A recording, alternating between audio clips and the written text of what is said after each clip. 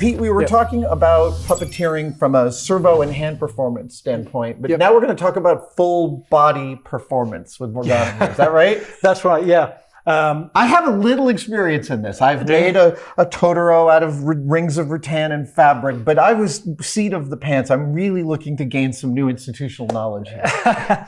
Well, in terms of suits, this is actually a fairly simple construction, actually. It's not far removed from your rattan kind of hoop kind of idea. In this instance, this is one of the Gorgs, actually, Junior Gorg from Fraggle Rock. And look at that. It is literally just hoops of boning. Of boning, exactly, corset boning, that keep the shape.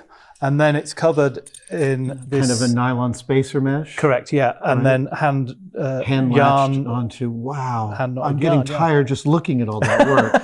Somebody sat there for weeks just latch hooking. Sure did. What we're going to do is we're going to put Morgana in the suit here, in the Junior Gorg suit. Now, you wear a weight belt, Morgana, because it's taxing on your... This, I believe, is going to be connected to the animatronic head, correct? If you look behind, there's a bungee that'll connect to the head just to add a little bit of support when the Gorg tips forward. Gotcha. Yeah. You guys, am I right? I heard that you guys try never to have the weight of a costume on the performer's head if you can avoid it. If we can avoid it, yeah. I mean, we've used all sorts of different techniques over the years to try and reduce the weight of the head, because again, it goes down to performance, doesn't it? I mean, if you're dealing with such a heavy head, you're not really going to be able to move correctly, and so we've used different techniques. You know, there's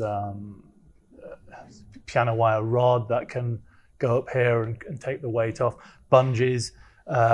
John will tell you that sometimes the placement of the servos within the head, in terms of the balance, balance makes a difference. All right. Yeah, it keeps the motion extremely fluid once everything is in a sort of connected and balanced way. So it's a real dance between all these departments, and you included, to find everything's balance. Oh yes, definitely. It's a collaboration from all different departments here. We've all got to work in concert with each other so that the end product is both believable and performable. And it's you. And when you come to some balance, it's not that you've solved that problem for the costume; you've solved it for the performer, right? So I would imagine another performer might have different requirements in the same costume. Exactly. Yeah, exactly. Amazing. And so, particularly on something like Fraggle Rock here, where the character is used in several episodes and over a period of time, the suit becomes customized to that particular performer. So this particular Gorg, Junior Gorg, was actually built for somebody else, but in this instance, we're going to put it on Morgana. Like I said, it's a fairly simple construction. Let's start with, what goes next? We're going to go this. Okay. This and this. Oh, wow. That just fills the legs out. Right, to give some more... Yeah. And I'm guessing this is the kind of thing, these inserts are the sort of thing that are iterative, like you first do the outer shell and you realize, it's revealing too much of a lack of structure, so we got to add some? Yeah. And well, it's... Pull that up like a leg sleeve there. When you're designing and making these, you got to approach it in a slightly different way. There's the exterior of the character, in this case, a big round, kind of a blobby kind of character.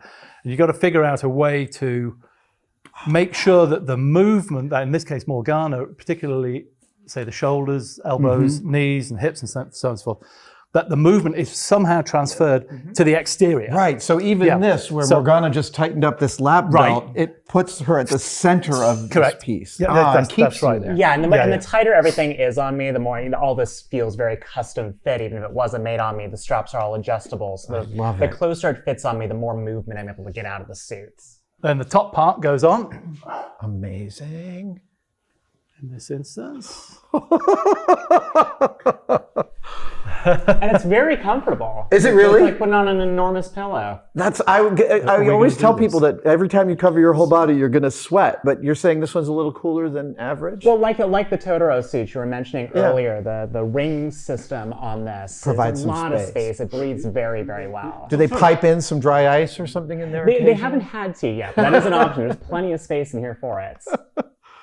So as a puppeteer, your situational awareness has to utterly shift. Oh, completely. Your proprioception has to now include the costume. Well, you'll see once the head goes on as well, when I'm looking around as Junior Gorg, where the character's eyes are where my eyes are. Oh, right. So sometimes the eye line has to change entirely depending on the character.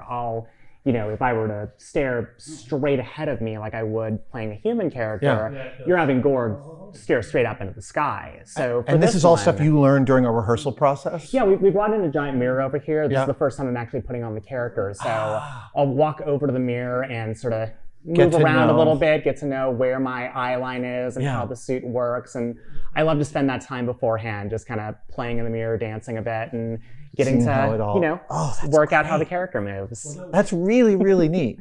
I love how collaborative the process is of finding not just the silhouette, but all of the possible silhouettes. It's one of the coolest things about playing a character like this is that it doesn't feel like I'm the one playing the character. It's an entire group project. It is multiple people who come together to bring one single character like this to life. Oh, look how you've done this zipper with the flaps so that it continues the structure. Yeah. Oh man. Yeah, and trusting your crew with this is essential because you are trapped in this thing. Yeah. If my crew disappears, I'm not getting out of this suit. Right, and it's like we're just about to go on the road trip. Has everybody peed? Yeah, they've encouraged me to not use the suit for that. Yeah. So it zips, and then we just use these snaps to. I'm a recent convert to those little sew-on snaps. I had no idea how much work they could do. Yeah. And they keep the suit on, and they're also very easy to get it off quickly. Yeah. If I do get in a situation where I'm overheating or something's wrong, I can come out of this very quickly. Nice. One of the things, sometimes we'll get like a little bit of heat perhaps from assistant directors and stuff. Oh boy, it takes so long to get them into the suit. But generally, we've got a pretty good system, but the real key is to get them out of the suit as quick as possible. Right. Oh, that is so pretty. Is that actual leather or is that molded rubber? It's molded rubber. Wow. Yeah. It even feels like leather. Yeah. Sorry. I put it on the wrong side. I'm sure we'll find out shortly. Almost. The shoehorn situation. There you go. I've packed more than one shoehorn into some of my costumes. Yeah, the long ones, those really long, meter-long. Because I can't bend down anymore. It doesn't work. And you're doing a lot of work with your feet to lift those. Oh yeah, a lot on the haunches. Yeah. John's going to put a battery in, and then we'll pop the head on, connect the battery, and then we can turn it on and puppeteer it. John can move the head. Puppeteer it. You ready? Let's do it. Okay, so that cable that you've got there, Pete, in your hand, that's part of the head puppeteering? Yeah, this is the bungee that connects to the base, to the strap, the what do you call it? And the back Morgana strap. attached to that? Yeah, inside? actually, I'm going to do that. I'm just going to undo the. And can you see out of this, Morgana? Yes, you'll see there's some mesh in the mouth right there. So I am staring directly at your face at the moment. But there's also a monitor in there. It's not currently plugged in, but on the show itself, this monitor will also work and give me vision. So you do have, that's really cool. Right. And where's the monitor's camera? Inside. Right now, I don't believe it has a camera currently set up, but once you're actually on the show, you'll have that bonus vision. Look at those eyes.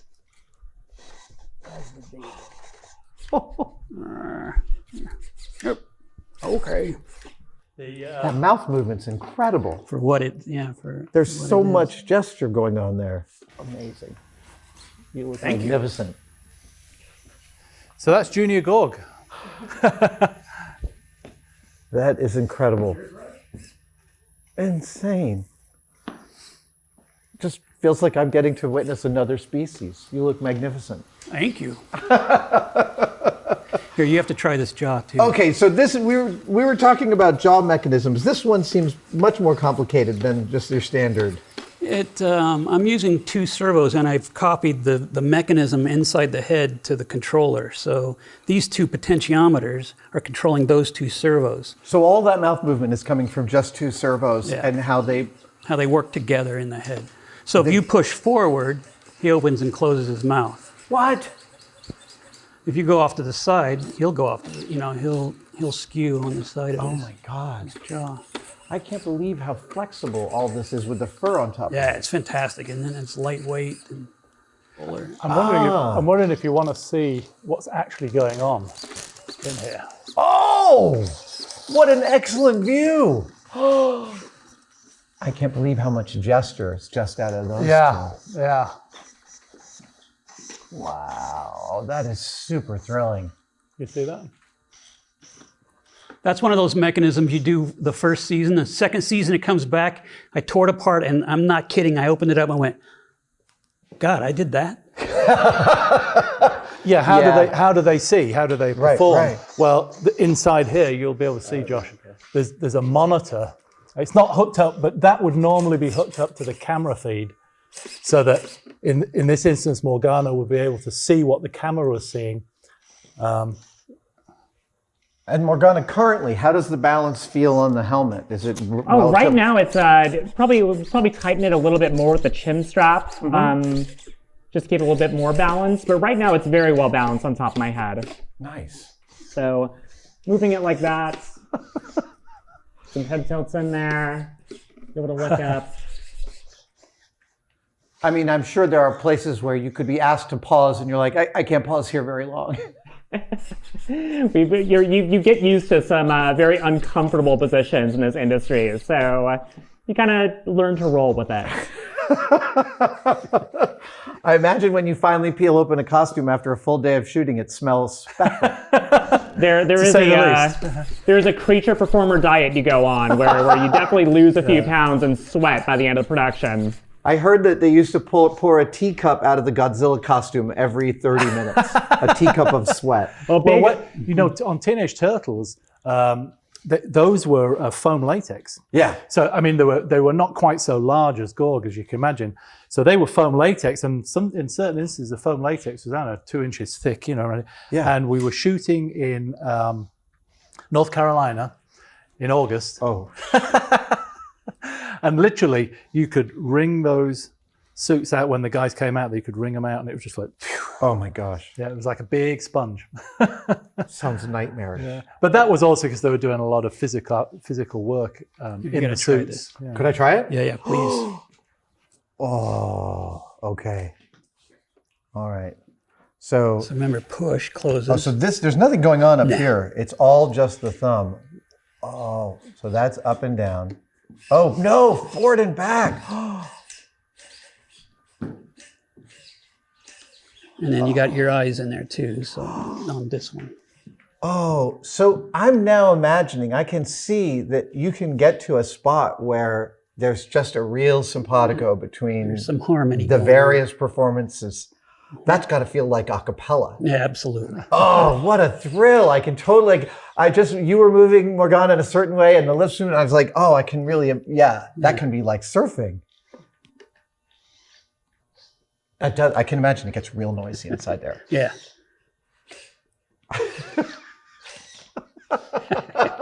Oh my God, thank you. That is thrilling. And this is wireless, so it can move anywhere you need to go. Yeah, you can roll it around on set wherever, and makes it really, really nice and handy. So what I love is the idea that you could pull a costume performer from the original Dark Crystal and they would understand everything you're doing and be able to just jump right in. Absolutely. Our puppeteers are like no other puppeteers in the world at Henson's, where we pride ourselves about our puppeteers and their abilities. Well, what I also they're like a bunch of Jedi. Well, and this is the thing. I've always loved the fact that Pixar built software to allow people who didn't understand computers to animate Pixar movies. And it's the same translation of taking institutional knowledge from one field and allowing it to translate one-to-one. Yeah. That's incredible. Hold on to your Volubiuses, because I know exactly where we should go. Tell us in song.